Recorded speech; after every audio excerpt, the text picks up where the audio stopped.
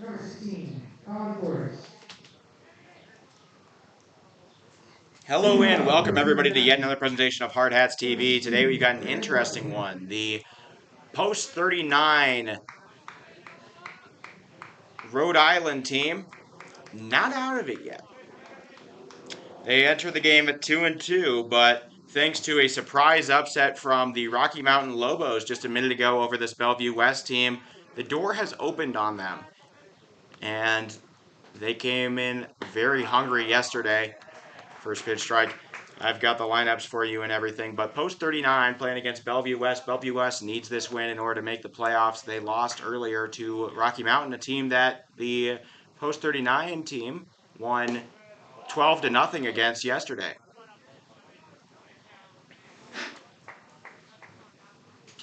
So an interesting predicament. Bellevue West dropping that surprising game. Entering the day 3-0. Brandon Westerfield leading off.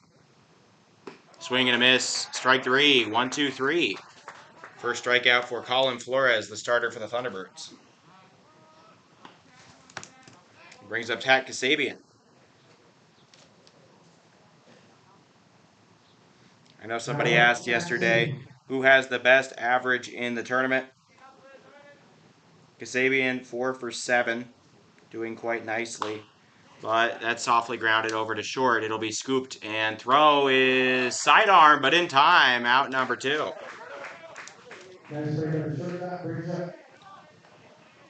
Drew Grego back in the shortstop group after Glance played it last game.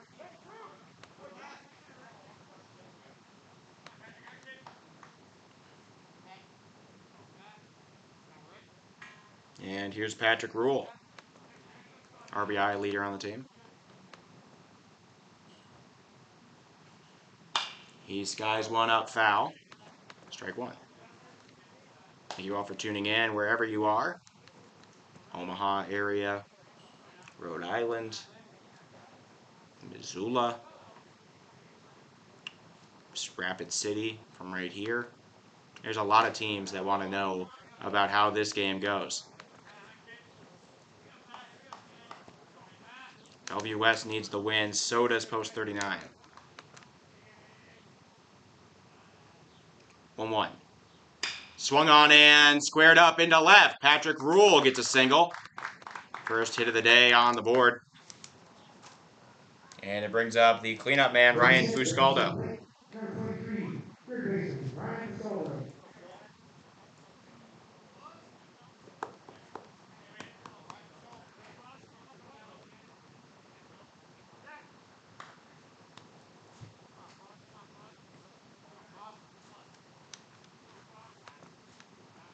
Man on first. Time called from the batter. Fuscaldo takes a deep breath, settles in.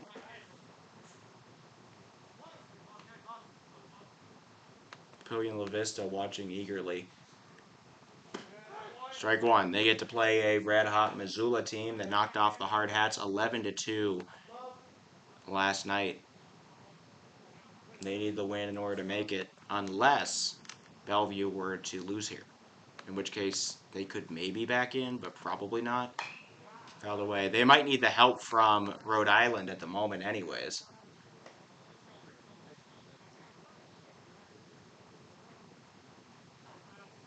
In the event that Missoula puts up a lot of runs, Rhode Island getting a win here would secure that a win for them would get them in. Runner starts to move, comes back, taking ball. Nope, never mind, called strike. And strikeout looking, going to be the call. Fuscaldo goes down. 2 Ks now for the starter, Colin Flores, and that'll be the inning. 1 hit leads to no runs, no earned runs, 1 man left on. And as opposed to the 7-run first from Post 39 yesterday, they will come up with 0 in this one. Let me give you a rundown of the lineups here, starting off with the team in the field. South Kingstown, Post 39. Leading off for them is the shortstop, Brandon Westerfield. Left fielder Tat Kasabian backs him up at the 2-hole.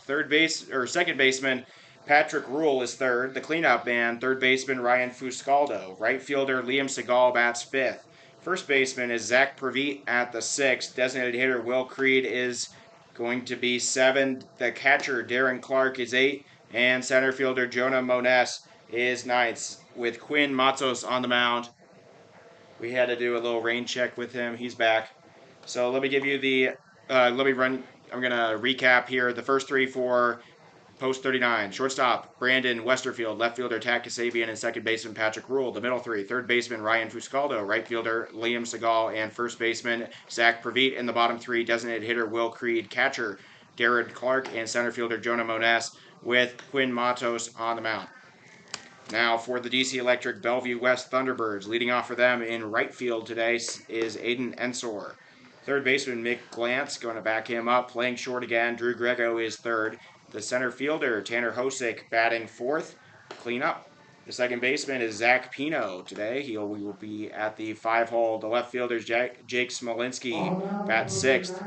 Batting seventh is the DH Cole Madden. First baseman is CJ Shockey. He'll be 8th. And the catcher, Cade Zavala, is 9th, with Colin Flores on the mound. So to repeat, first 3 for Bellevue West, right fielder Ensor, third baseman Nick Glantz, and shortstop Drew Grego. The middle 3, center fielder Tanner Hosick, second baseman Zach Pino, and left fielder Jake Smolinski. And the bottom 3, designated hitter Cole Madden, first baseman CJ Shockey, and catcher Cade Zavala, with Colin Flores on the mound. We are ready to go. Matos back in here.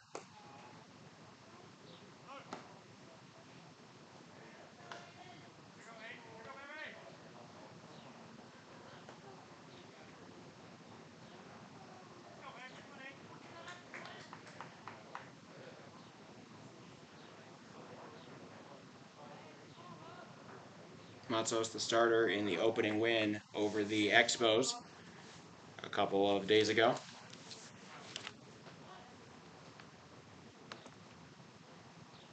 Leading off, Ensor. First pitch strike. Ensor, the hits leader on this team in the tournament, with 7. 0-1. Ooh. John says no. I asked, did he go, John? And John says no, but that was a pretty sidewinding slider. The delivery, about half. Sidearm, I guess you would call it. Or a half slot. It's a little bit tricky to figure out. 2-1. Smacked and through into left field. Leadoff single for Aiden Ensor. Bellevue West gets a hit. Brings up Glantz. Glantz headed to play at the next level. He is slated to go to Allen County Community College. I think that's Kansas.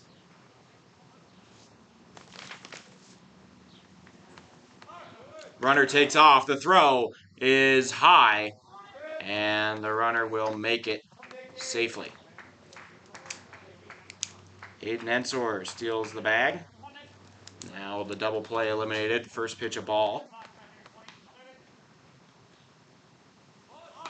That one softly grounded up the line, and it'll just go foul. Had he grabbed it out the air, it might have stayed fair. But it took a kick off the turf here and went across the line. We're honestly making pretty good time here today. About an 11:45 start to the 11:30 game, which obviously wasn't going to be the case.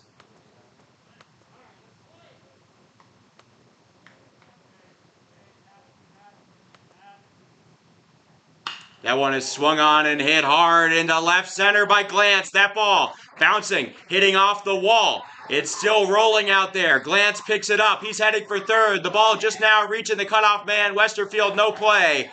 And the game now in the hands of the T-Birds. A triple brings in a run. Glantz gets the hit. Ensor scores. And up comes Drew Grego. Bellevue West taking no chances.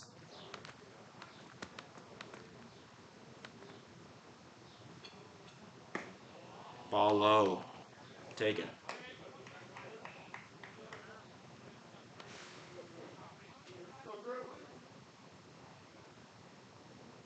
Grego, committed to the University of Nebraska.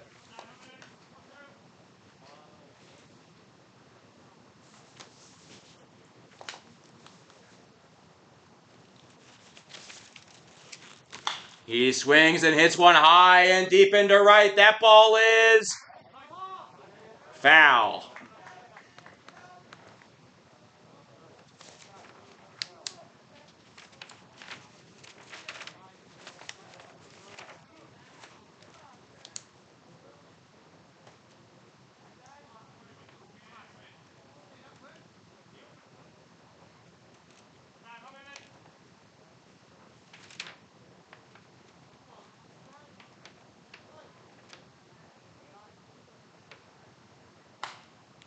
Fouled away. Count now 2-2.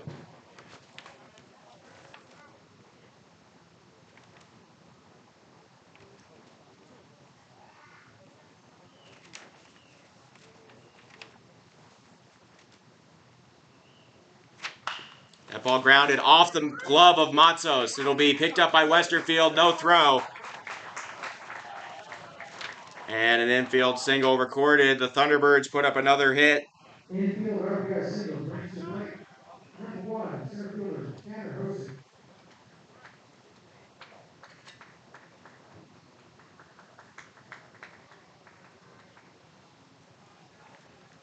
Up comes Hosick. He was the best player in the last game, recording 2 hits, a double, 2 runs, and a walk. 5 for 11 on the tournament.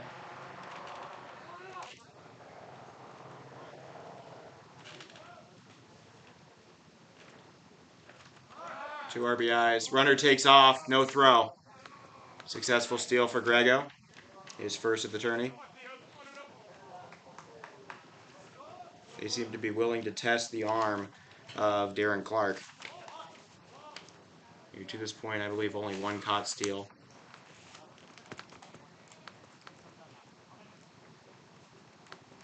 1-1 count.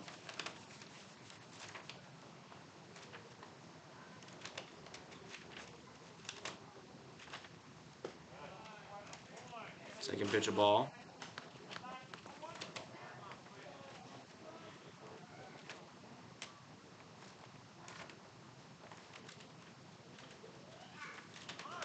Runner takes off. The ball is fouled away. However, he'll have to come back.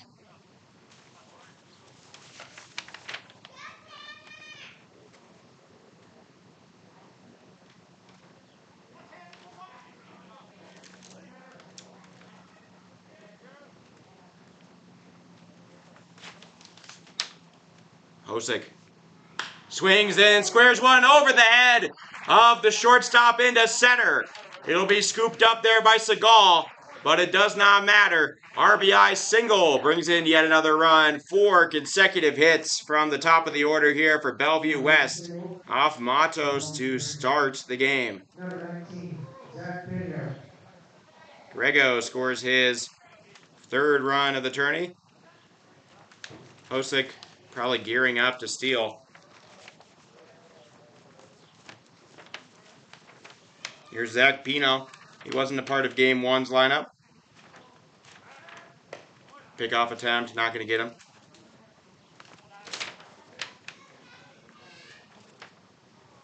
Actually, 3 new additions to the lineup in this game.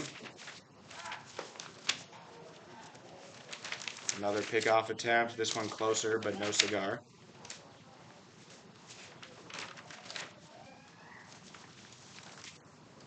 Grounded hard over to short. It is scooped by Westerfield. Flip to second in time. The throw to first will not get him. But the man on second retired. So the first out of the game recorded for the post 39 team. 6-4 put out, fielder's choice, retires Hosek. Pino reaches on fielder's choice. If you're very exciting game. Bellevue West drops a shocker to Rocky Mountain. So they are now 3-1 in the top of the pack with 2 other teams that are also 3-1. Only 2 tickets to the championship game. Fouled away. Or sorry, post 22 only 2-1. They have a doubleheader later. Return all foul balls continuous.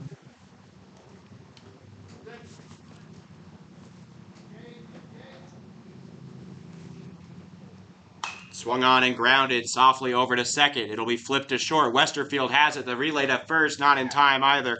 But they get the lead runner again. Pino goes down the same way he got on. But this time 4-6. Fielder's choice. Smolinski reaches base. He is a stolen base threat. He's already taken 1 in this tourney.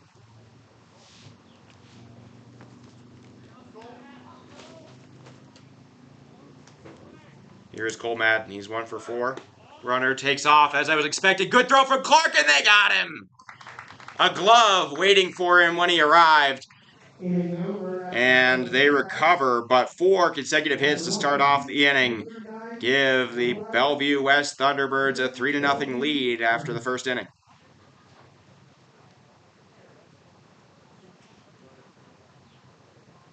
Great throw from Clark there.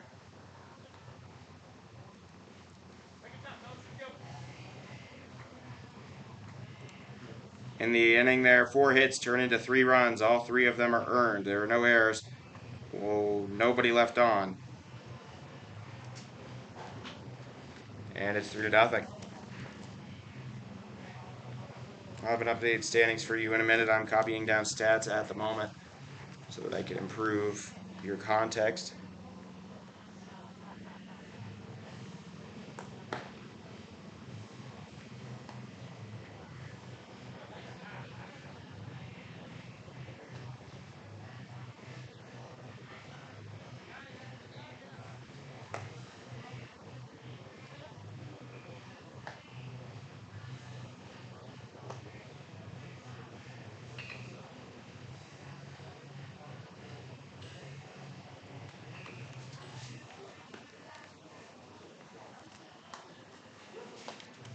All right, doing the same for South Kingstown now.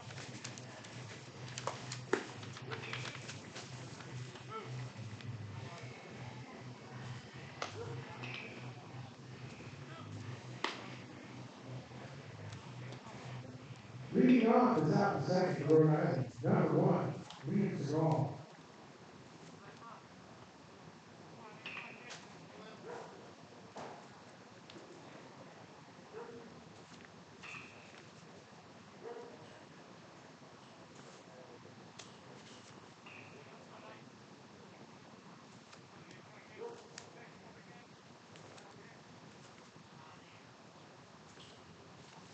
All right, leading off this inning is Seagal.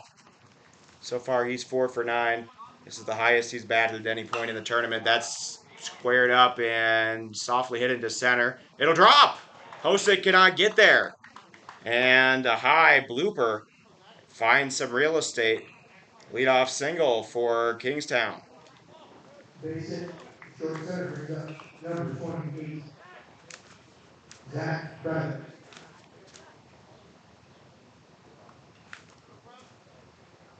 Out comes Praveet.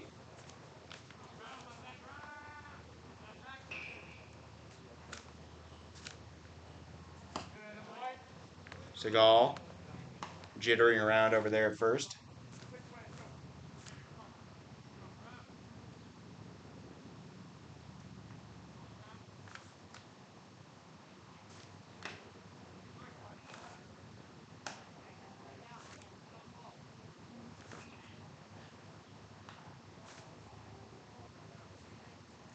All right, Seagal on first. Count now 1-1 for Flores. That ball softly smacked over to third. It'll be scooped. The play at first in time. The runner advances. Effectively a sacrifice. but officially a 5-3. Ground ball brings up Seagal now on second. Will Creed.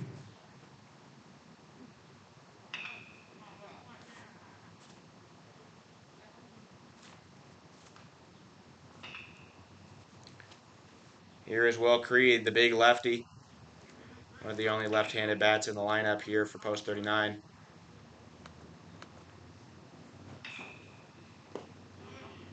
Ball is low.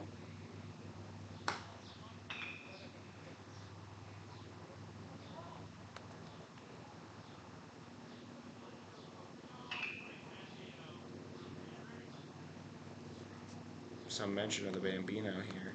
I don't know if they know that we have a Ruth in our presence for Premier West. Brennan Ruth. He isn't hitting like him, but still.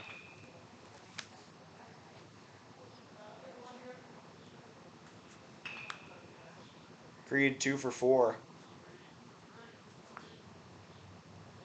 2 runs and a double. Ball fouled back. Strike 2.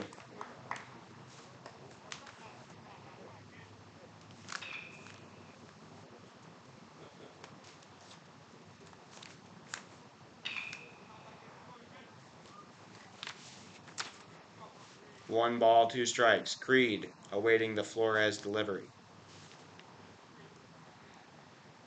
The pitch, high and outside, taken for a ball.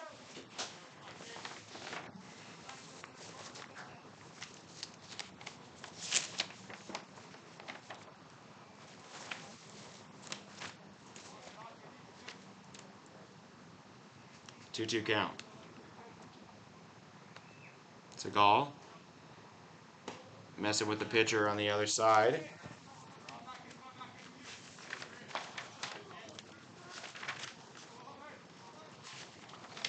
Now we have a full count. Creed yet to take a walk or strike out. Everything has been in play for him.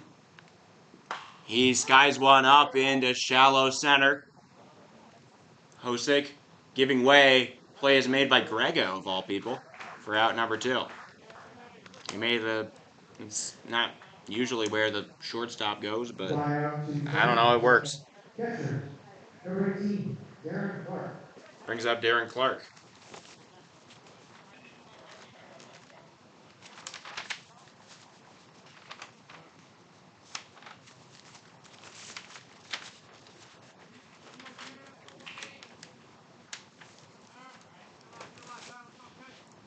Darren Clark ended the inning on a caught stealing.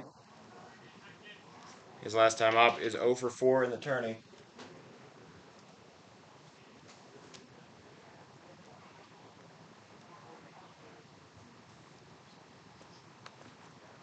Strike right down the middle. He stares at it. That was a juicy ball. He just let slip right by.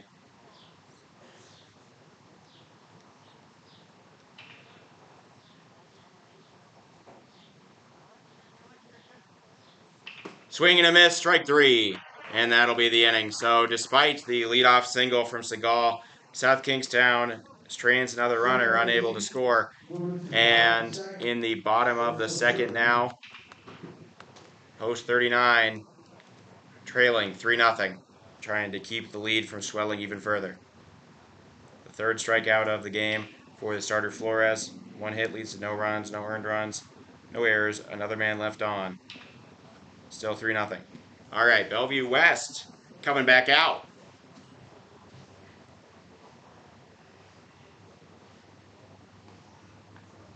Big part of this for them. There's a chance that we get a 3-way 4-1 tie with the Hard Hats, Pinnacle. I wouldn't count on it, but it could happen. Pinnacle, Bank, post 32. Then the Hard Hats of post 22 and Bellevue West, DC Electric could all be at 4-1. None of them have played each other, nor will they. That's just how the schedule played out. And so the entire tiebreaker of that 4-1 3-way tie to see which 2 teams is dependent on runs allowed per innings pitched. So keeping the runs down from Kingstown of utmost importance. Because even with the win, Bellevue could still miss. They still have an advantage right now over the Hard Hats. I think they're about the same as the as Pinnacle. Hard Hats still have 2 more games to go, though. I wouldn't count on the 4-1 thing. A lot of tough opponents, including this game. Cole Madden going to get a curtain call here after the caught stealing end of the inning during his at-bat his last time up.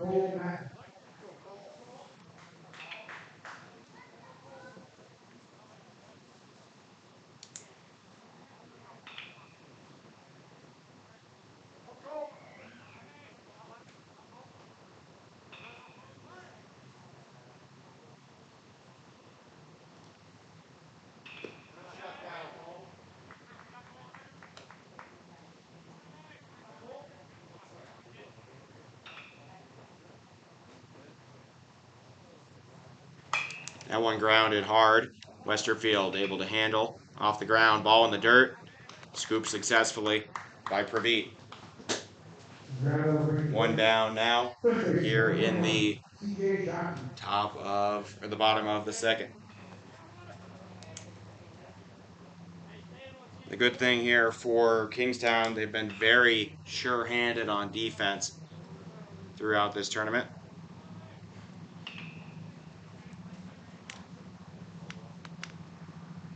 Matos, first pitch, fastball outside. He has a very exaggerated gait when he pitches. A big, long stride off the mound.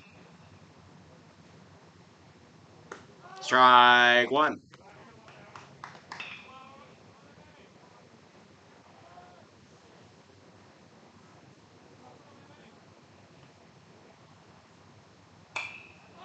That ball popped up. Underneath it, the catcher, Clark, will... Oh, no. Okay, he's fine. But the ball hits off the top of the netting. It actually probably would have landed if the wind wasn't pushing the netting slightly into the field of play. He actually might have caught that had the wind not been there. That's a real case of, like, the wind hurting. But then again, the ball might not have stayed. It's not a very large wind, but it's enough to push in the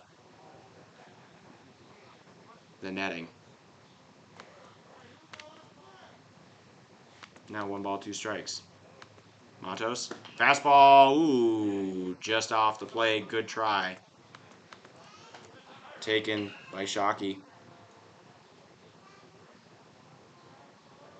DJ Shockey, 1 for 5.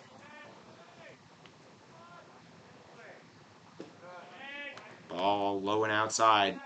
And the count is full.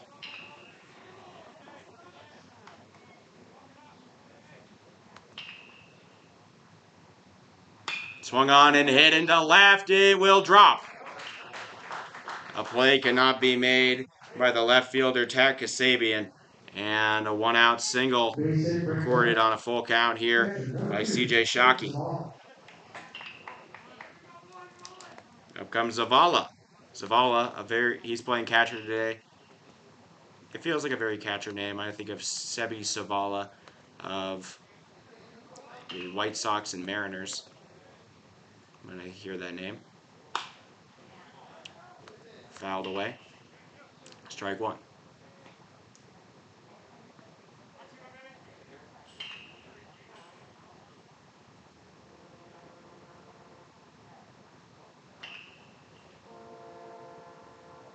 Oh, 1 count. Swing and a miss. Strike 2.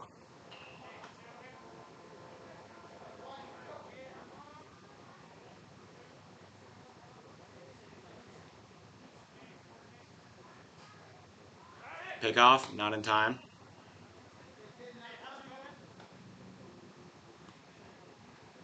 Zavala batting .333 so far. Another ball misses. Count now 1 and 2.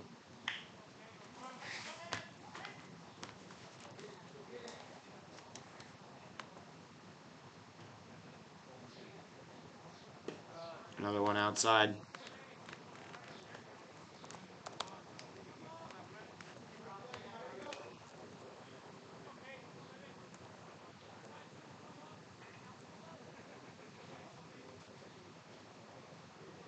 Fastball fouled away.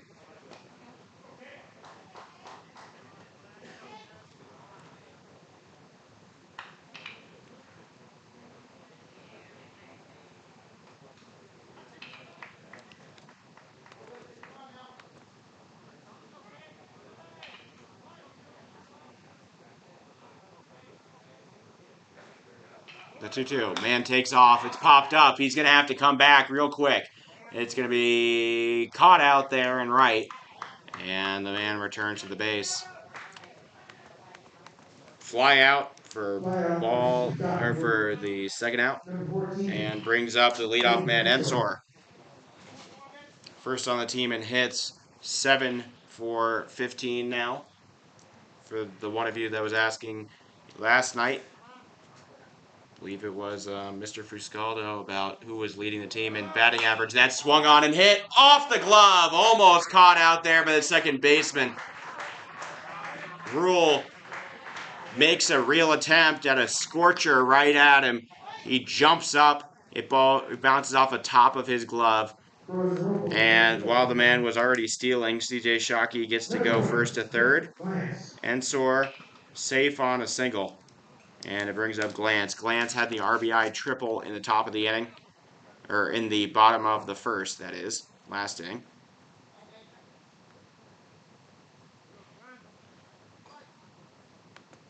And the runner taken off. He's going to be caught. But do they want to go for it? They do. Now the man at home waiting. And they're just going to make sure that the guy doesn't try to take off for home. I think he could have gotten him, frankly. I think Westerfield could have thrown to first and gotten him and still had control of the ball enough to keep the man. I think that could have been out.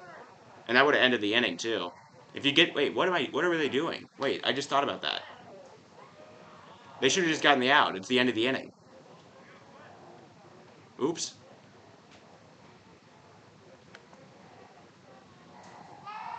Fouled away. I guess if the man takes too long and the other guy comes in, balk, they call. I don't know what was different. It seemed like he threw the ball to me. But a balk the call, and the inning moves on. So what they were afraid of and didn't tag the man, that ends up happening anyways.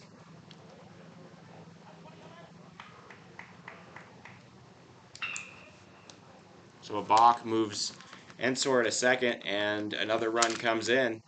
That was just kind of a weird situation. Still an 0-1 count here to Nick Glance. Very exaggerated, high-armed swing stance. That's going to be crushed into right, and it will be foul. Just a wee bit foul.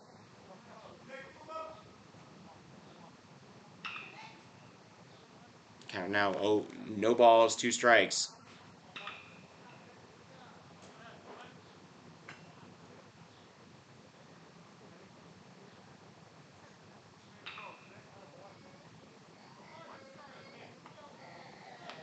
Wait, the umpire says 1 strike. I swear we already had a strike. Never mind. Runner starting to move around. Taken inside, ball 1.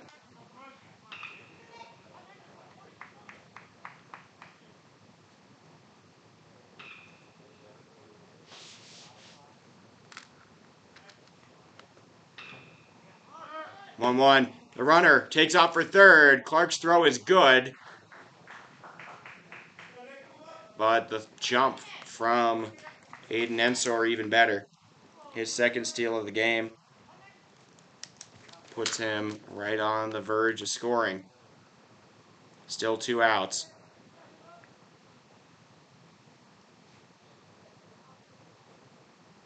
Ball low. It gets through the legs of the catcher, but not going to be far enough for the man to move.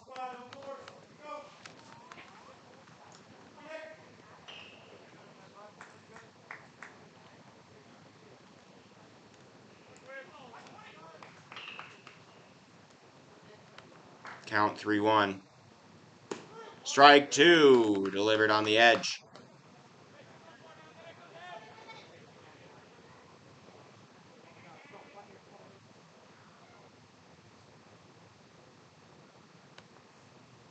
Payoff pitch. Outside ball. Pickoff attempt at third, not in time, but a good try. And just the second walk, no, first walk handed out from Matos.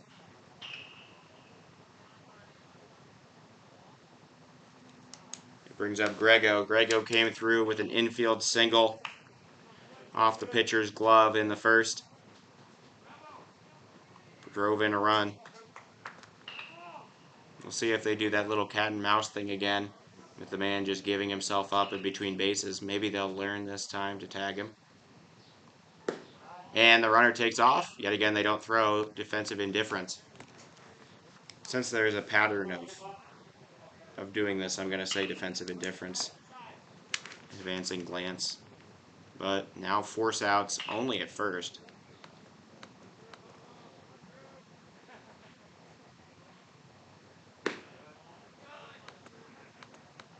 Two balls in a row here to start off the at-bat.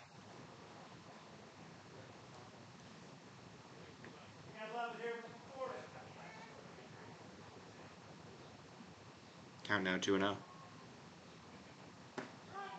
Called strike at the letters. Matos finds the zone.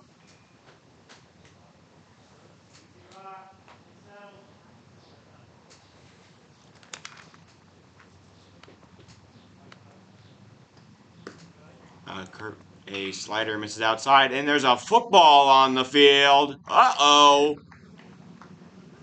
A football in left field foul territory. Missoula was throwing around a ball in the bullpen. Somebody's got a bad arm, and they threw it onto the field on accident. That ball fouled away.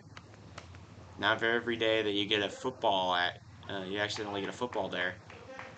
And they're going to have company, the little football throwers, in the bullpen as Post 39 sending a crew out there. That swung on and crushed into deep right center. That ball all the way to the wall, and it'll bounce off of it. 1 run scores, heading for third as hard as he can, and the throw is late. A triple brings in 2 more for the Thunderbirds. They're now up 6-0. Drew Grego up to 3 RBIs in the game. His second triple of the tournament. This really feels a lot like the game yesterday with Post 39 versus Rocky Mountain. Feels a lot like that. It's interesting, these 3 teams making a very odd triangle. If Bellevue West is to win this, they would have beat Post 39. Post 39 would have beat Rocky Mountain, and Rocky Mountain would have beat Bellevue West.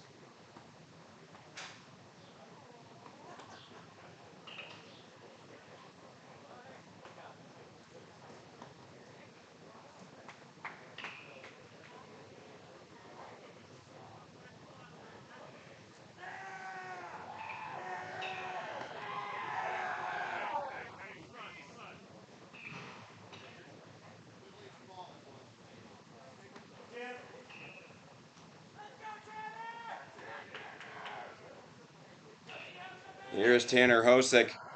He came through with an RBI single in the first.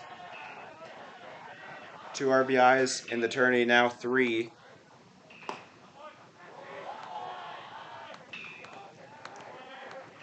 Ball 1.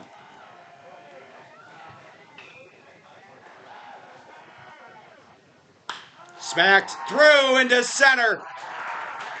Hosick with another hit. And the Thunderbirds making a 4-run inning when it could have been none. RBI single brings up number 19, Zach Pena.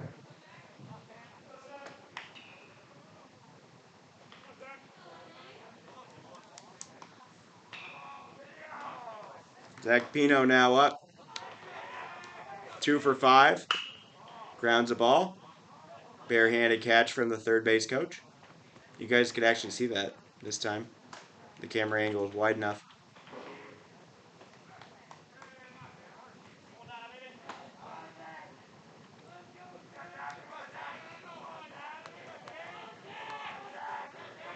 Oh, 1. Strike called. The throw to second. Not going to catch Hosek. He steals the bag.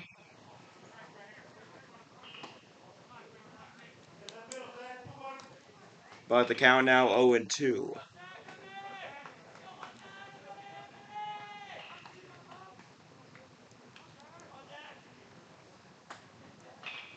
Matos. Slider misses wide. Pino trying to keep this thing going. Currently, with the 2 players warming up in the dugout, or in the bullpen, aside from the coaches, only 1 player standing in there with them. This Rhode Island team not incredibly deep here. I think I heard 13 players coming and making the trip. A balk again.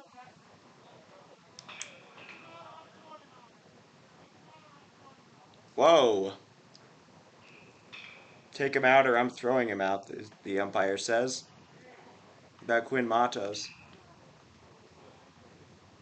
Oh, I guess he's out. He's gone. Well, go get Darren, I guess. Quinn Matos has been ejected from the game.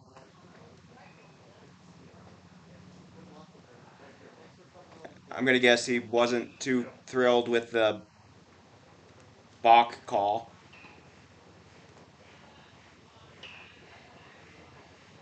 Well, pitching change now.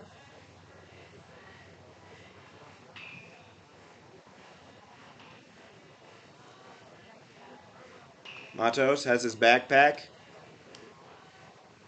Slaps around a cup. And he's going to walk out of the stadium. Well, technically it was a box, so that wasn't strike 3 or ball 4. To be fair, balks are confusing and upsetting to me too. I don't fully understand them. I see things that are balks that are not called, that seem like they should be balks that are not called balks, and then balks that don't seem like they violate any rule. Well, luckily they had somebody warming up in the bullpen. It's a very lanky righty. Mark Hutchins Jr.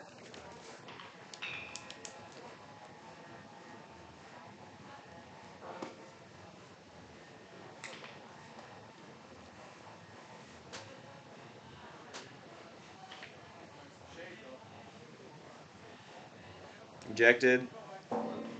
Quinn Matos out of the game. 1 ball, 2. He is now leaving the stadium and gone.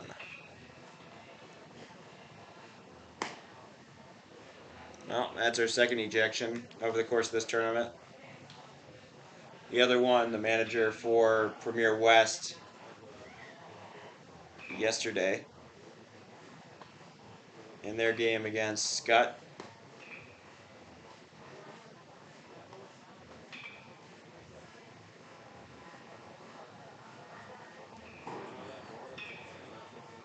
Mark Hutchins Jr. going to step up to the mound. Feels like pretty much everybody in this lineup has gotten a turn to pitch. Not Westerfield, not Kasabian, but Fuscaldo, Segal, Praveet, Clark, Mones, Matos, now Hutchins Jr. Number 11, Mark Hutchins.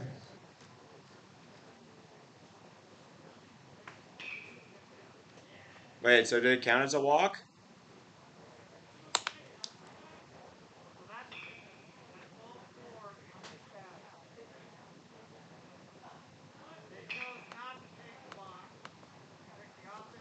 You can do that?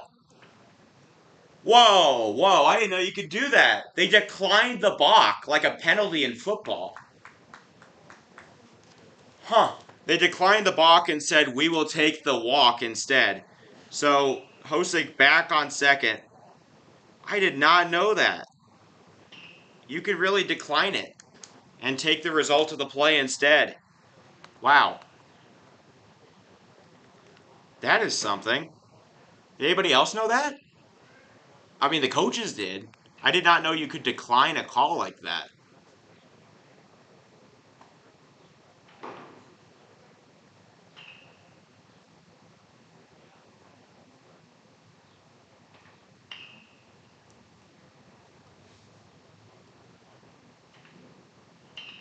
They're explaining it to the managers for post 39. Now with the bullpen catcher coming back from the dugout and Matos out of the game, we have 3 bench players at the moment.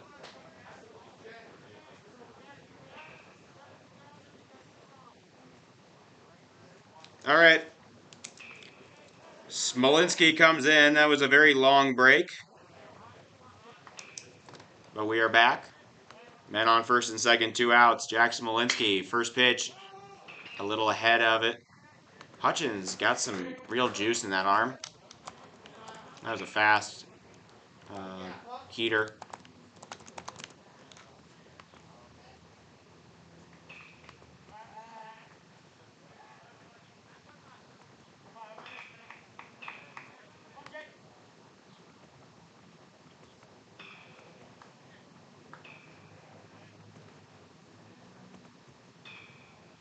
Strike 2.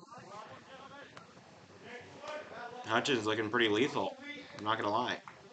This could be a game changer.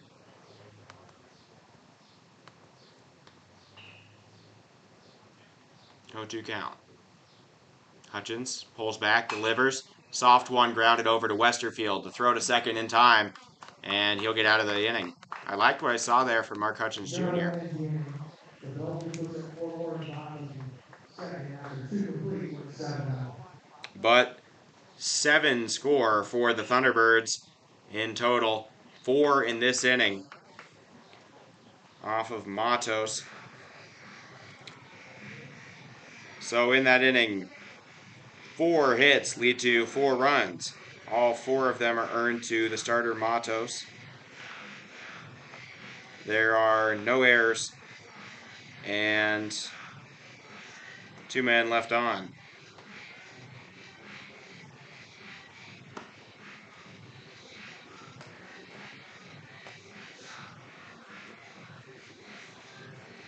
So that'll be the inning. Flores coming back out. It feels like a very long time since he has. First time I've seen a player ejected in any game I've been a part of. Well, last year, Next Level Baseball, there was a big bat flip. And that time he got ejected. One of the stars for Next Level Baseball.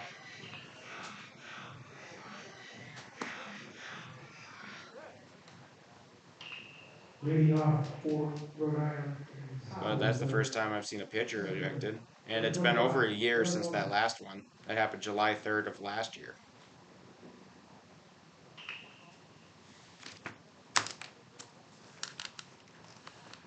Well, top of the third now. Post 39 looking to get on the board. That's a new guy. Who's in?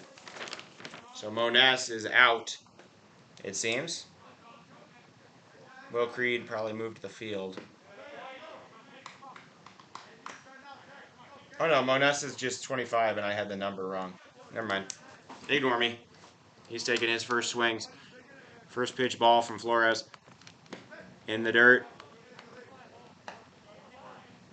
Moness, 3 walks. Puts him in the top 5 in the tournament.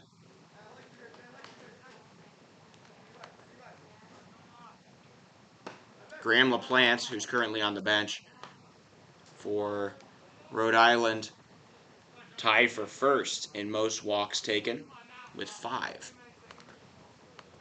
He did that in 2 games, believe it or not. 3-0. Strike down the middle from Flores. He's able to make the show-me pitch. Ones 1 for 8, but the 3 walks are good for him. Has struck out 3 times as well. Foul ball.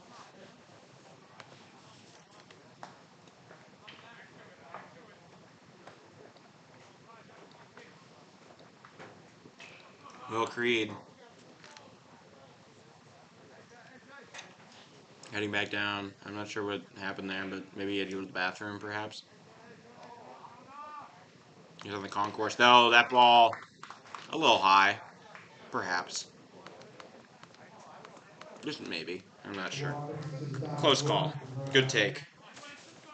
And that'll be the 4th walk taken by Moniz in this tournament.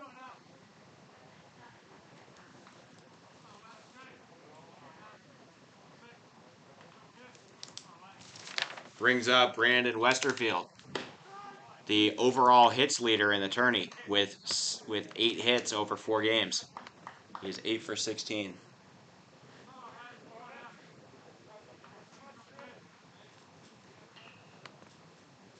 For reference, Bellevue West, nobody more than 6 fouled away. Well, actually, no, never mind. Aiden Ensor has 6 now. Now that he got singles in the 1st and 2nd. So he has 6 as well, so technically he's tied. Well, no, not even technically. He is just tied. But Westerfield can retake it here. 0-2 from Flores. It's swung on and hit into right field. There it is. 9th hit of the tournament. Brandon Westerfield continues to deliver the Wheaton College commit. Left fielder, number 6, Tat Kasabian. Here's Tat Kasabian, batting .500 with a pair of extra base hits.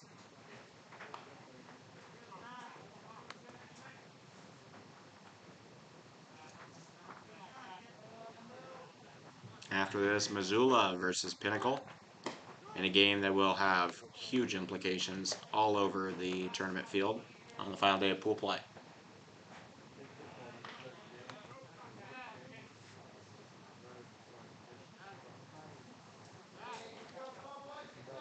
Kasabian stares down the pitcher. Flores keeps checking.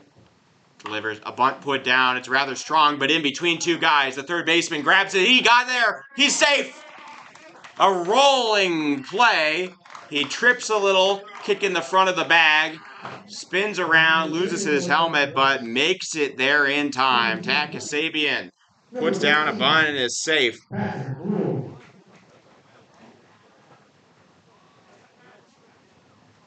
What a play from him. That's hustle right there. And the bases are loaded now. Post 39, starting to put some together. They had a 7-run inning against Rocky Mountain yesterday in their 12-0 win. Here's Patrick Rhode. He's the only man with a hit before this inning.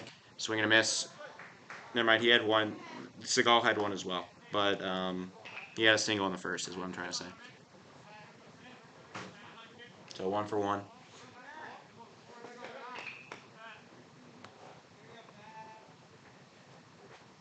Patrick Rhode. I'm dying to know if he's related to Matt. Swing and a miss. Strike 2.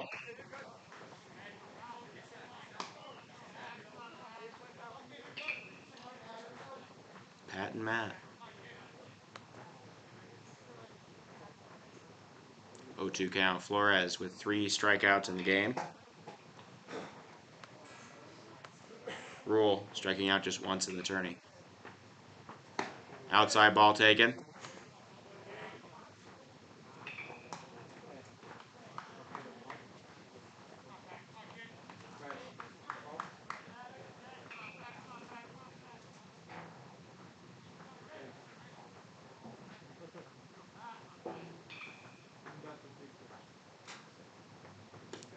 Big swing and a miss, and down goes Patrick Rhode.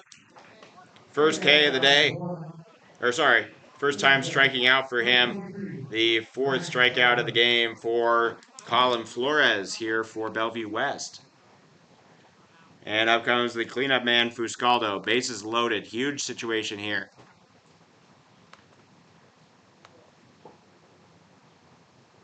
First pitch. Swung on half-heartedly and fouled away. Fuscaldo wasn't married to swinging on that one.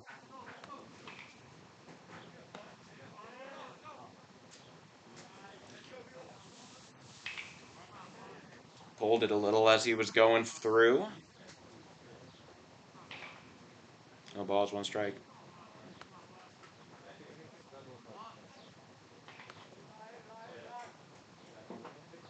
Ball bounces away. A big skipper home. The throw, not going to get him.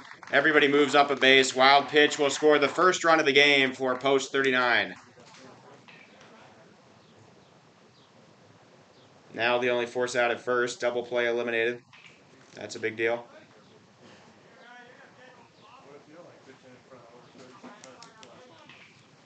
Ryan Fuscaldo. Waiting the 1-1 from Flores. Flores needs to get out of this inning. He can allow a few, but he can't allow like 3 or more. He can allow 1 or 2, maybe. He's already allowed 1.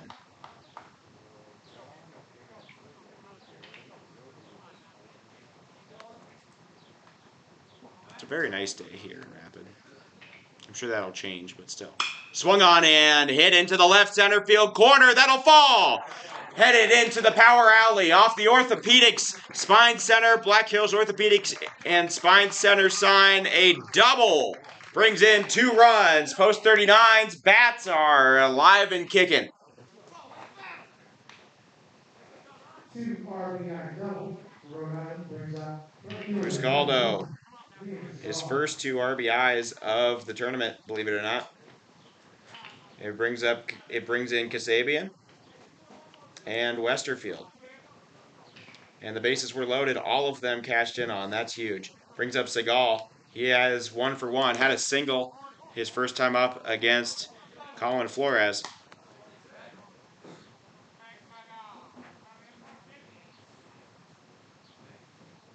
Thank you all for tuning in. This is Hard Hats TV. I'm Oliver Fell bringing it to you. Game 3 of the day out of 6.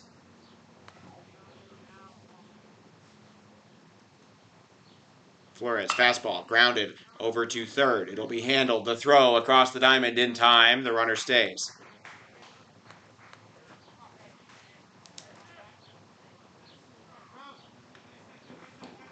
"5-3" put out. The second out of the inning. And it brings up Zach Pradeep.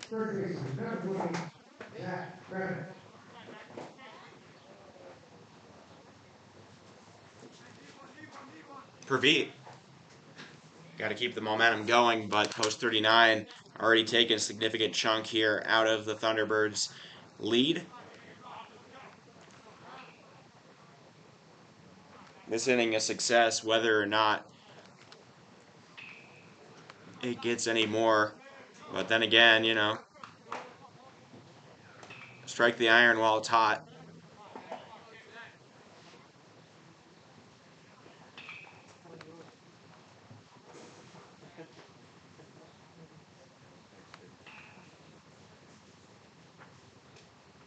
One out. Strike 1. Fastball inside of the plate.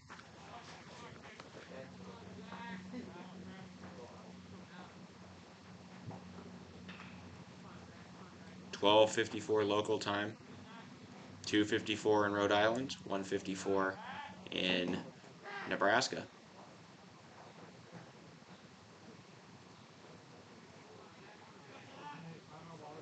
This one might be on the news too. It is fouled away. Strike 2. Please return all foul balls to the table for 50 cents.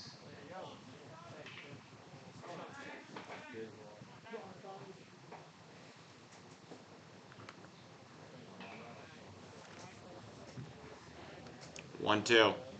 Swung on and chopped. Foul. Just a little bit foul there.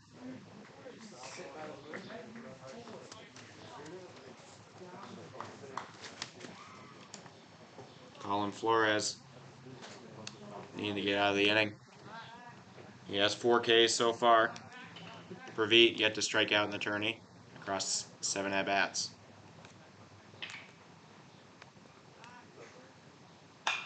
Popped up into shallow center. Shortstop Grego after it. He'll make the play, and that'll be the inning. But post 39 takes a bite out of the lead here and scores 3 runs after loading the bases, bringing them all in. That'll be enough to make it just a 4-run game. They're on the comeback. We'll see if Mark Hutchins Jr. in his second inning of work can keep the Thunderbirds at bay long enough to make the comeback. 3 hits lead to 3 runs. All of them earned to the starter Flores. There are no errors. 1 man left on.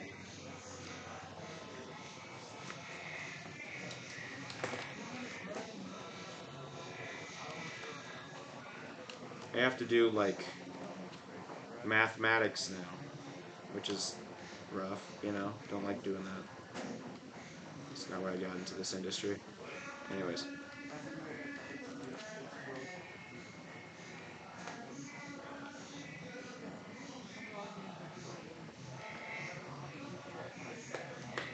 In order to adjust and make sure that I have the standings right, I need to do that, though.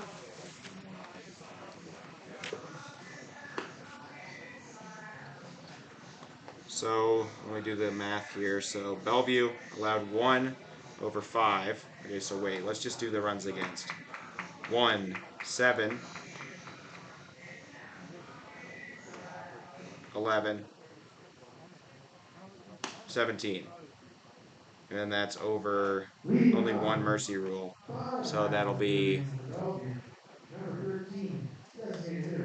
26. So your thing grew, your runs allowed per innings pitched grew to 0.65 for reference. Pinnacle Bank at 0.50 at the moment. Currently would be in first place, believe it or not. And then the Hard Hats would be in third still with a 0.73, but they still have 2 games to go. And allowing the runs here, hurting Bellevue West in more than just a blown lead way. Strike 1 on the outside edge from Hutchins Jr. Fastball swung on and hit hard into center. Going after it, Seagal, he will make the grab. First out recorded. A fly out to Seagal.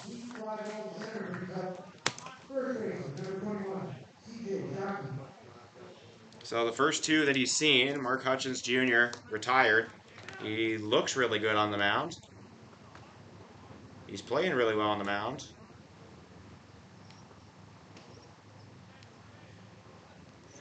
We'll see if Bellevue can figure him out. So that swung on and hit into shallow center. It'll fall. 1 out single, the first one for the first hit off of the reliever. And Shockey now with 2 singles in the game. Here's Cade Zavala. He flew out to right his last time up.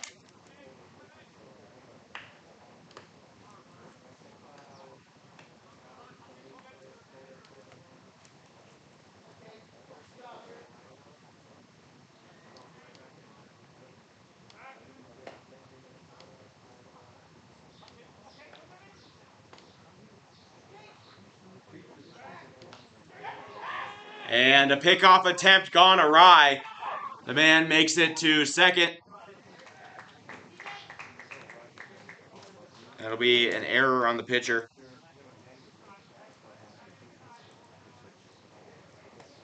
First error of the game for either team.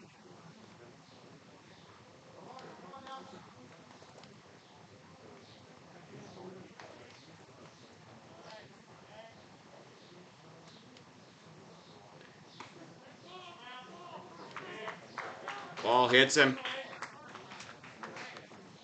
And And Cade Zavala giving a free pass. Hutchins, 2 bad throws in a row with hitting the man and the error on the pickoff attempt.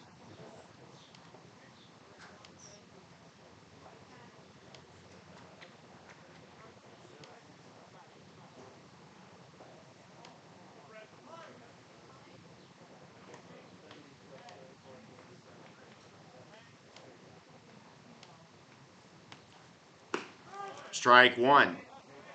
Hutchins, a pretty breaking ball. This is Ensor. He is 2 for 2 with a pair of singles. 1 hit behind Westerfield for the most in the tourney.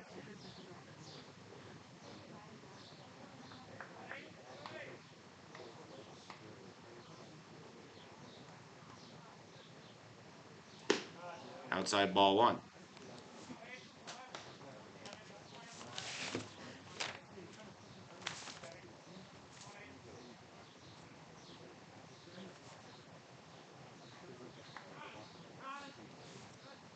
Time called. Double play in effect. Though it's been a very tough out for post 39 today. That's grounded hard over to short. Scooped by Westerfield. Flipped to second. The throw is late, though. The throw from Rule, not with enough urgency. And beating it out is the runner, Ensor. But Zavala now out 6-4. Great job to make the reaction from Westerfield. He's been one of the best players in this tournament. 1-1 brings up Nick Glantz. Glantz had a triple earlier. They got the man in the middle. There's 2 outs. Just go get him. Just go get him, guys. What are we doing? Man coming home. Clark can't get it. The ball came out of the glove of Clark. What were we doing, guys? He ran anyways and scored. Just get the out. All right. Maybe I don't know enough baseball logic, but that just didn't make sense to me. So stealing home is Shockey. That same cat and mouse play worked. And the fact that they herded the man back to first didn't even do anything. Pickoff attempt not in time. The throw beat him, but Clark couldn't get it in his glove. Thunderbirds get a run back. It's now 1-0. Swing and a miss. Glantz won it all with that one.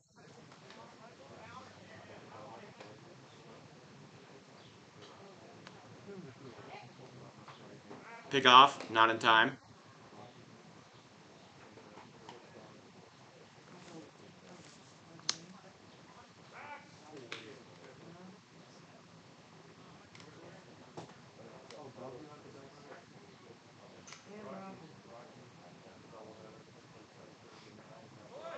Pickoff. Man going to second. Didn't get him.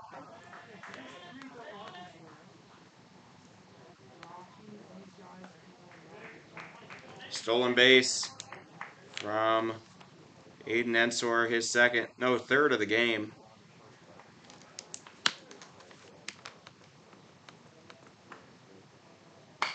Ball popped up into center. Seagal watching and making the play. But 1 run scores on the awkward cat and mouse play. And Bellevue puts up another run. Still a 5-run game. Post 39 got a little back, lost a little, and we'll see if they can keep up the good hitting from the third in the top of the fourth. 1 hit, no runs. 1 hit turns into 1 run. It is unearned. There is 1 error on the pitcher, so I think it should be earned, just in my philosophy. And then 1 man left on base, bringing the total up to 3. 8-3 the score. Doing some more math here.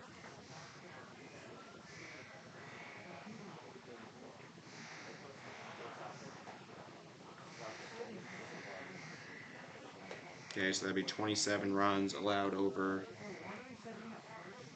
14, 22,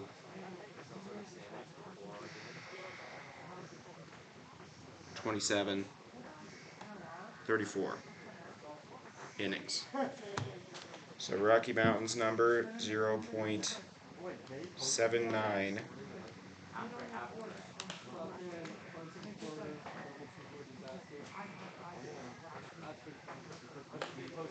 Bellevue West this time. Now I'm going to do them.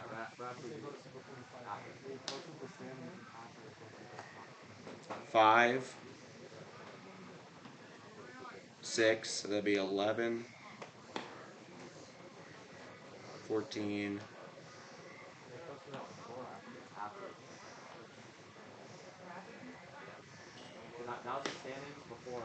20.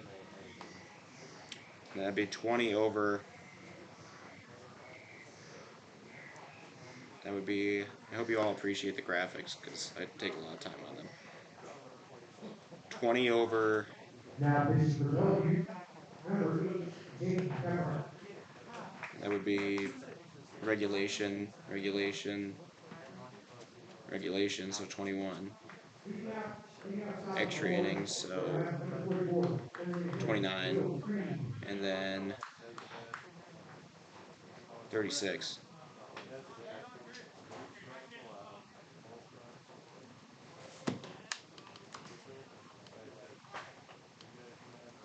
.801 or 0.81. Their number.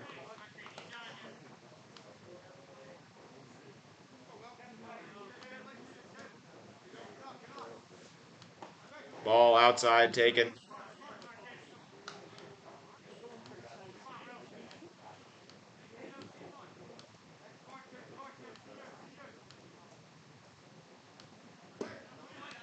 And that'll be a ball.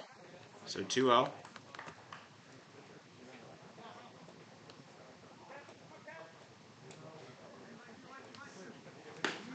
Up and outside. 3-0 count. No, never mind. Ball 4. Flores. No, we have a new pitcher.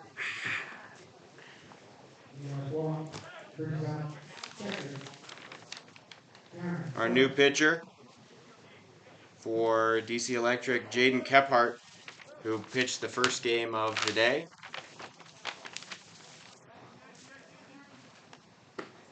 Pitched quite a bit in the first game, too.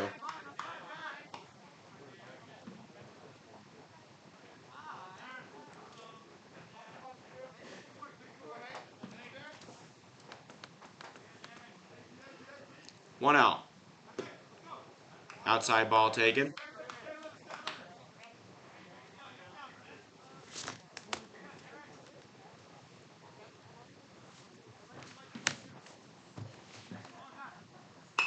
Swung on and fouled away by Darren Clark.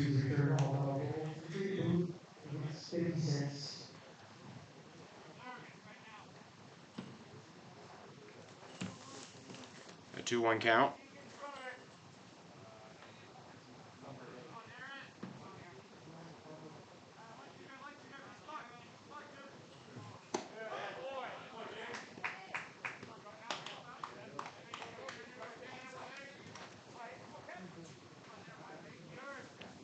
Two for Darren Clark. He struck out his first time up, facing the old pitcher. He leans and resists the temptation for ball 3.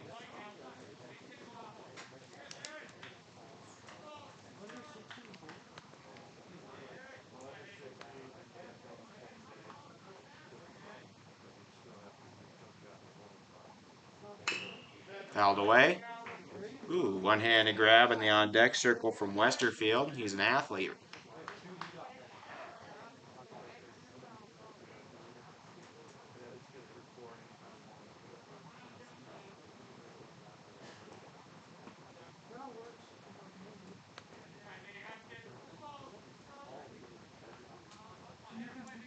All right. Creed took a walk off him. Strike 3 in the zone. Pickoff not going to get him.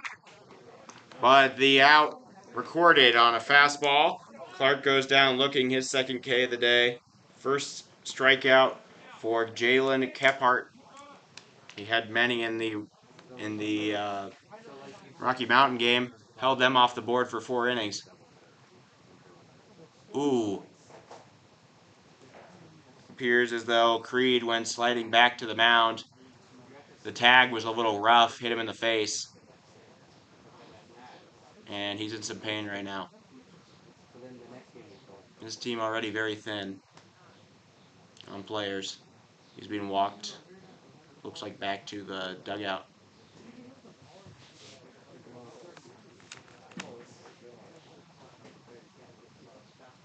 Creed looking like he's going to be removed from the game. He got a rather rough tag there on the pickoff attempt. And now they're down to 11 players.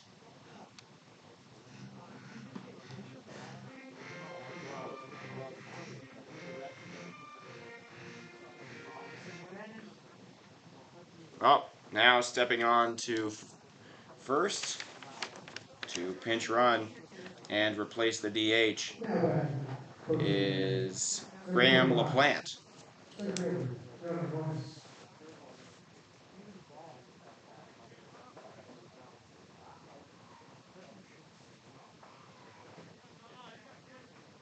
Now running at third base, number 5, Graham LaPlante.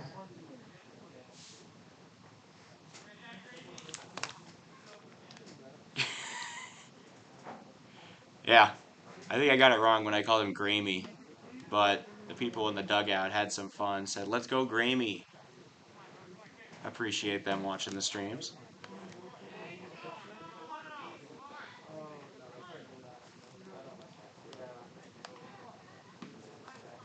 Just spelled weird, man.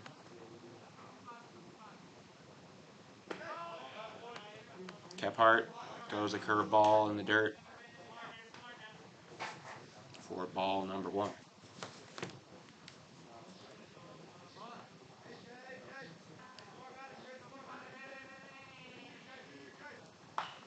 Popped up, should be playable. The catcher doesn't know where it is, and the third baseman sure does. Glantz able to make a sliding play in foul territory. A good grab there. Will be the second out. Now stop, Rhode, number 16, shortstop, Brandon Westerfield.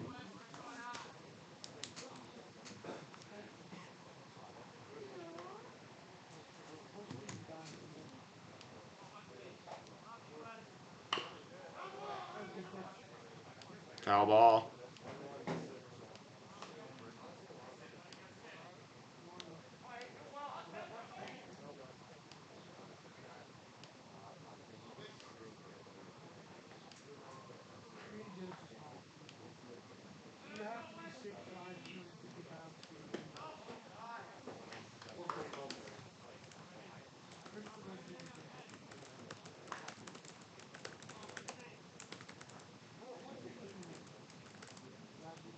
I have updated standings for the record. That's what I was working on, and I got it done.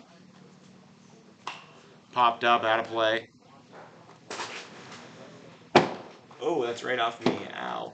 It's still rolling on top of me. That hurt.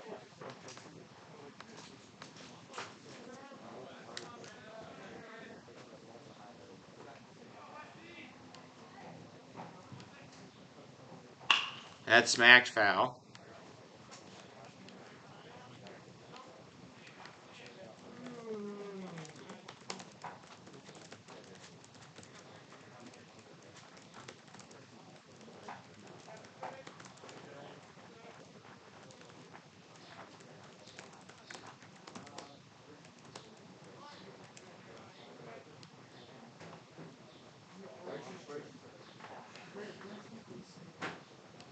Take it high.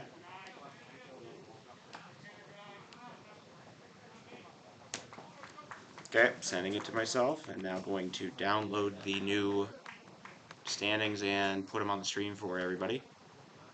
But they are interesting. Man on first. Westerfield smacks one over to short. Grego throws. They got him? Maybe? That's the call. I don't know. They say that he got there in time for the out. I don't totally agree with it, but anyways, that'll do it. So a 6-4 put out will end the inning. Despite the leadoff walk, reliever Jalen Kephart is is able to do it. Little Freudian slip there. No hit, no runs, no earned runs, no errors. One man left on, and it's still 8-3. So as promised, here we go. Here are the standings as they sit currently on the final day of pool play. We still have several games left to go, but these are what they look like. Pinnacle Bank has now retaken the lead after sitting in third place most of yesterday. They lost to the Premier West team, but DC Electric, with their loss to Rocky Mountain, now down to 3-1. That second number. So Pinnacle Bank, Hard Hats, and the Thunderbirds all could be 4-0. They haven't, or 4-1, and none of them play each other. So it all comes down to that last number in that event. That number is runs allowed per innings pitched. So you want to keep the runs allowed down. That is the tiebreaker. The Hard Hats currently have a high one because they got beat 11-2 last night against Missoula. Missoula, with a win over Pinnacle Bank in the upcoming game, could leapfrog up the standings really quickly. Pueblo Azteca plays the Hard Hats as well. They could also do the same. That's why the top 5 teams right here, all in the pack. South Kingstown with a win here, likely don't have a good enough number to do anything. That's the real, and the Azteca would, and if the Azteca won, the Azteca would have the tiebreaker. But I suppose it might even out with DC Electric. Yeah, it would actually. But your little number is not too good, and allowing 8 here isn't going to help. But a win here would be nice for morale, I guess.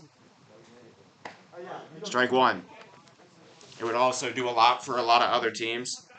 And the championship is not the only thing to strive for here in this tournament. Third place in your first appearance, a very worthy goal. Curveball high, 1-1.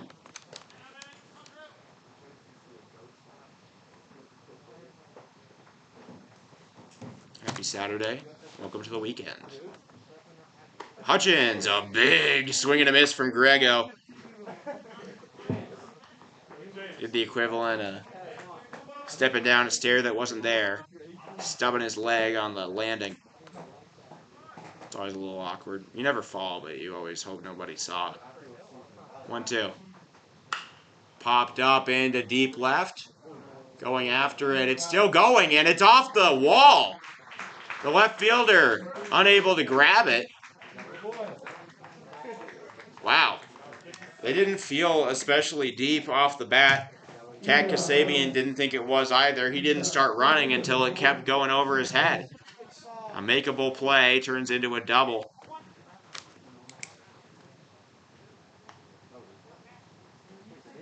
Grego begins the inning. He is on cycle watch, officially on cycle watch. In the bottom of the 4th, DC Electric's Drew Grego with a single, a triple, and a double. On cycle watch right here. I have never broadcast one. It would take a home run, but he does have a very high exit velocity. I'm sure he's hit a few in high school this year.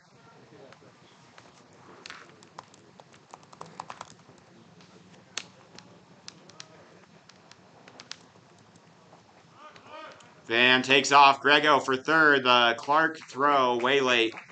And he will steal third. Third stolen base.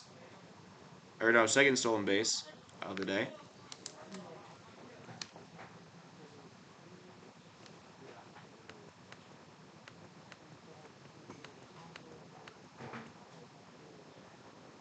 2-1. That ball hit by Hosick. That ball's got some distance towards the track and off the wall itself.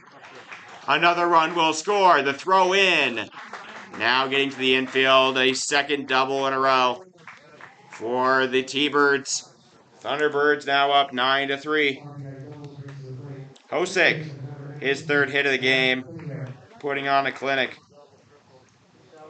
Third RBI hit of the game even.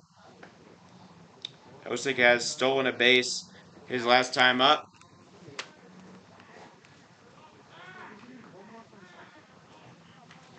He could do the same here. Still no outs for Hutchins Jr. in this inning. Pino turns on one, but it's turned foul. Freaks out some of the stretching pitchers for Papillion. I hear a squeal from out there. I can't do it. My voice is strained. I know. Excuses, excuses. 0-1. That's hit hard into left field, and it'll drop. Kasabian grabs the throw to the cutoff man over his head. A solid throw to home, but about 3 feet wide of the plate. And it won't be in time to catch Hosick. RBI single makes it a 7-run game. The Thunderbirds beginning to feast on Hutchins Jr.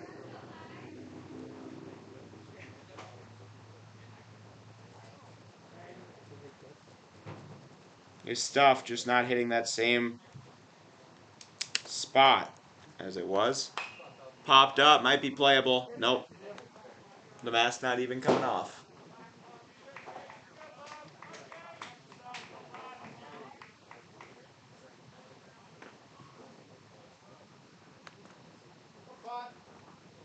Oh, why do I keep on doing that? Whenever there's a foul ball, I'm putting a ball down when there isn't one.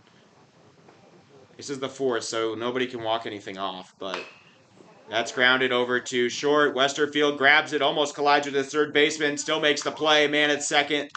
Gonna stay there. Westerfield feeling where Fuscaldo was.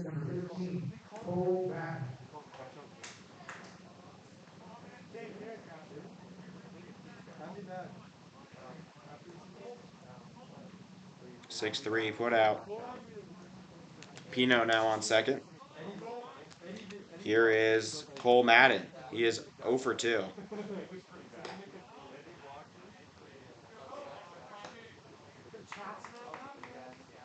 He's making fun of Patrick, so I had to put him in the play. 1-0. Strike one. Yeah, he said he's gonna run his block. I said I'm swinging for Patrick. He didn't block my number.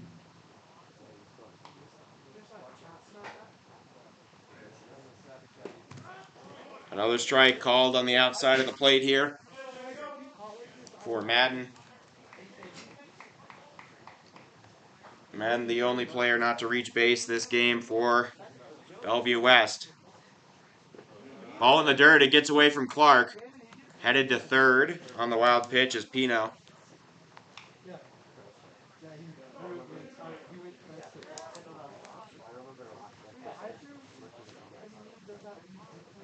Here is Cole Madden. Now a 2-2 count. Still just one out. Hutchins, no strikeouts yet. Fastball fouled off. Man at third thinks about putting up his hand to catch it.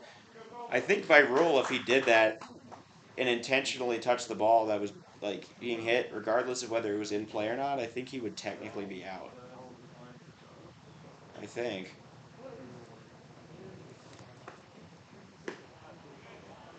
Ball outside.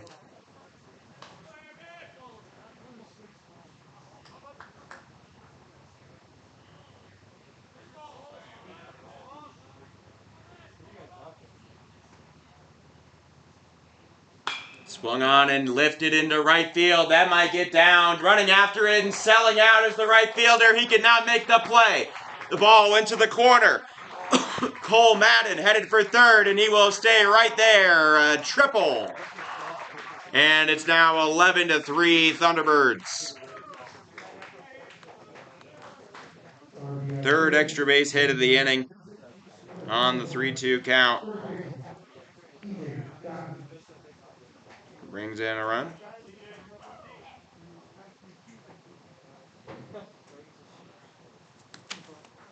Here's CJ Shockey. He's 2 for 2 with 2 singles and 2 runs.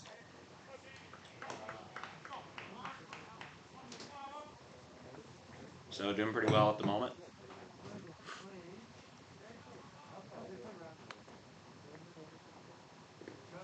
Low ball.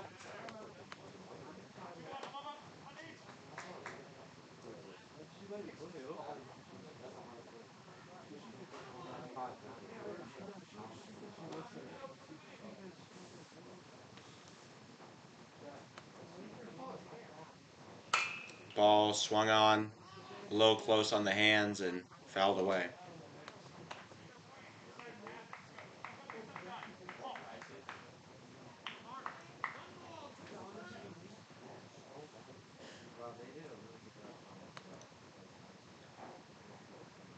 One. Swing and a miss. He's out in front of him, and that'll be the first K for Hutchins. Shockey goes down swinging. The string pulled on him, and 2 outs now here in the bottom of the 4th.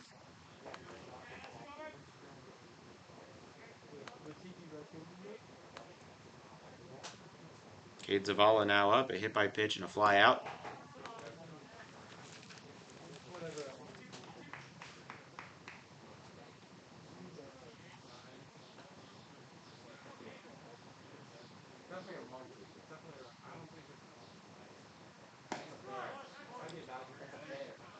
A strike offered.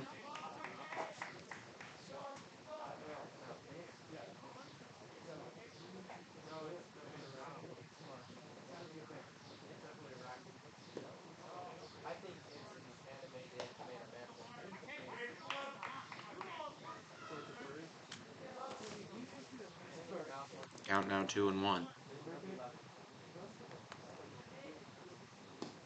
Hutchins Jr. delivers outside and low.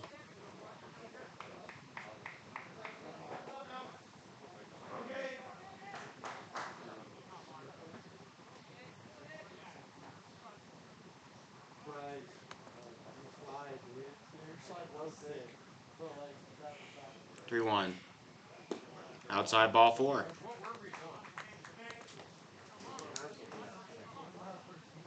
Zavala takes a walk. It's a little boring of him, not gonna lie. And up comes Ensor for the 4th time in 4 innings. He's batted in each of them. And in those 4 times, he is 2 for 3, singled over the head of the second baseman. Oh, failing to scoop the right fielder, Seagal. Wait, who's playing center then? Oh, it's Monez. I've been saying that wrong the entire game. RBI single. Now 12-3. They have now reached 9 runs, meaning if they can keep Post 39 off the board in the top of the 5th, they will walk it off mercy rule, or they will finish the game mercy rule style. But kind of a hard offense to silence. Not a lot of quit in these guys.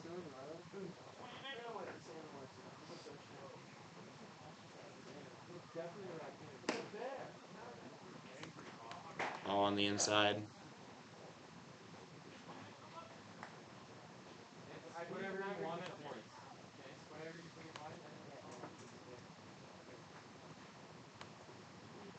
That's swung on, and Glance can really turn one. Another single. And another run scores. 13-3 Thunderbirds. This is the team we saw in every game. Well, not every game. But this is the team that we were expecting here to make the championship. They are currently would put themselves in position to do so. Unless the Hard Hats can bring down their average and win both games, which feasible. Just going to say, that's possible. Strike one, the Hard Hats, the favorites entering the tournament. They were last year's winner. Had won 7 in a row. Won a tournament out in Pueblo. They have a pair of 2-2 teams left. That ball worn off the belt. Ow.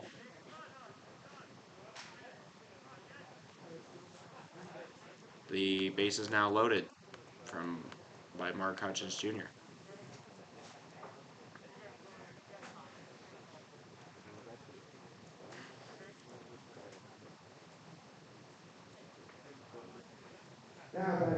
And we are back around the order here. For the first time this game, we have batted around. Drew Grego back up. He had a double.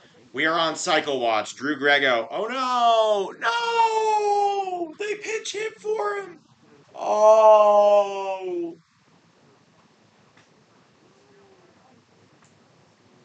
I'm beside myself. Drew Grego was a home run short of the cycle. And he's pinch hit for. I still haven't seen it.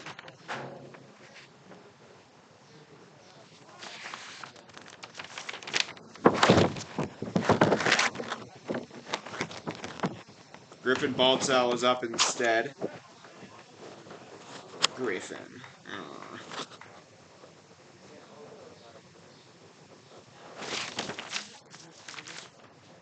Bases loaded. Man, wouldn't that have been something, though? A grand slam for the cycle.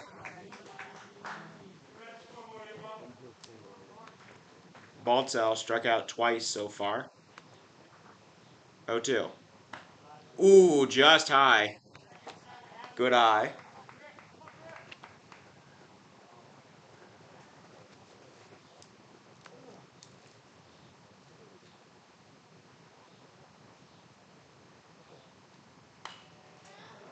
All the way.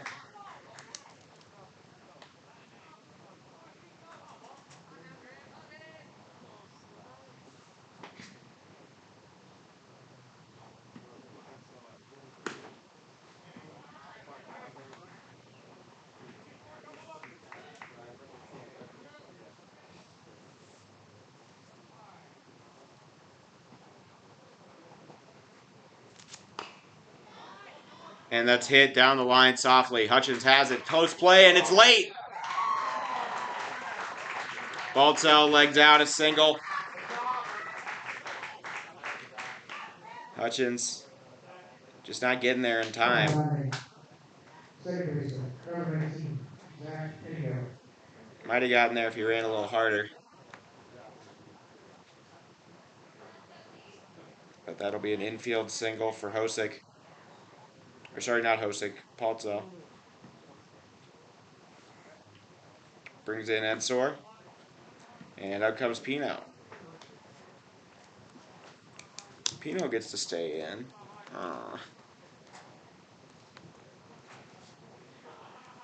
Pino.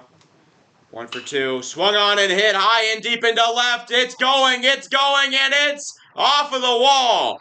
1 run scores. A second will come in. And a 2-run double.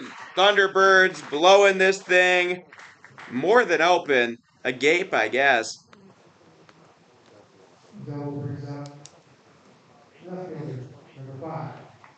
They are running away. It's a one-man race at this point. Zach Pino, a 2-run double.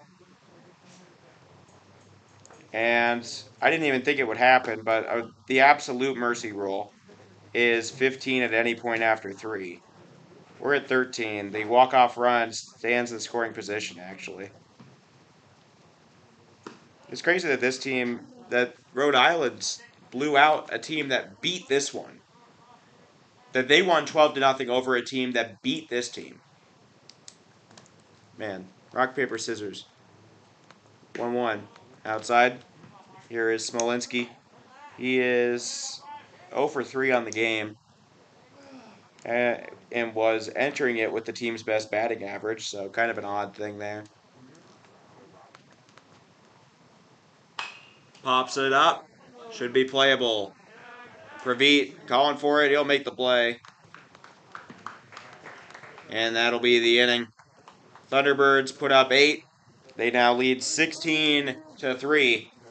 This is a big inning, though. They've got to just... It doesn't matter how many they put up in the bottom of the inning, really. It doesn't. Post 39 wasn't going to win the game. Well, I mean, they could have, but at this point, no.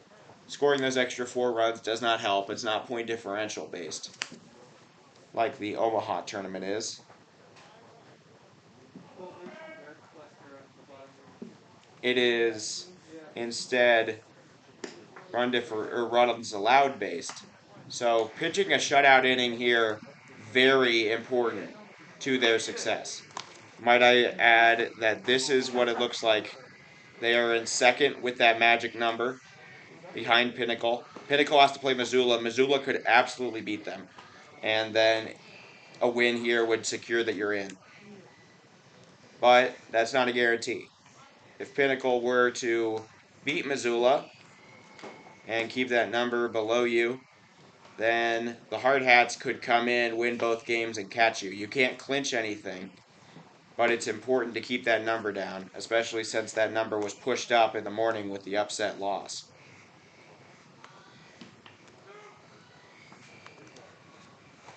We got Waterloo from ABBA going on the speakers. This is the song I'd listen to before finals every year in high school. I thought it kept my mind engaged as the earworm. You know, like when I'm taking AP tests and whatnot. Like, something's going to be in my head playing over and over. And it's probably a good idea if it's something that then brings me back to, like, history and thinking academically, you know? Plus, it's catchy and nice. All right, coming in now to pitch for DC Electric. Does that stand for direct current? Maybe. Nick Glantz.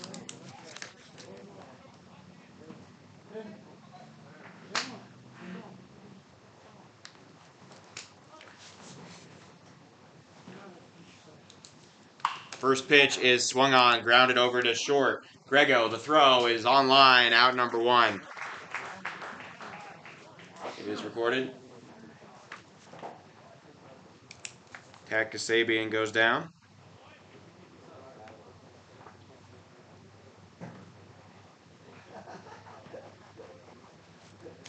Here's Patrick Rule, 1 for 2 in the game. We are in the teeth of this lineup right now. Strike right down the middle, taken by Rule. He was taken no matter what. He wanted to see a pitch first.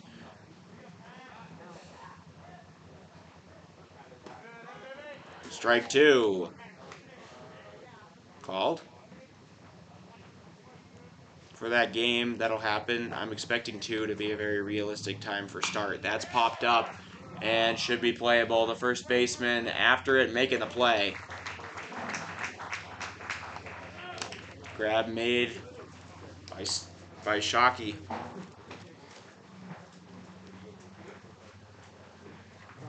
And it brings up Fuscaldo.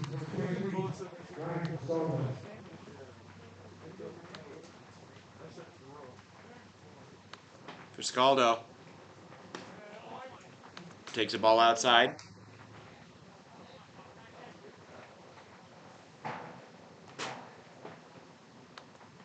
It matters to them whether or not they make this out. It's up and right, and that'll be the inning and the game. So the Thunderbirds recover from a shocking loss with a dominant win and put themselves in position to have a good chance at making the championship game.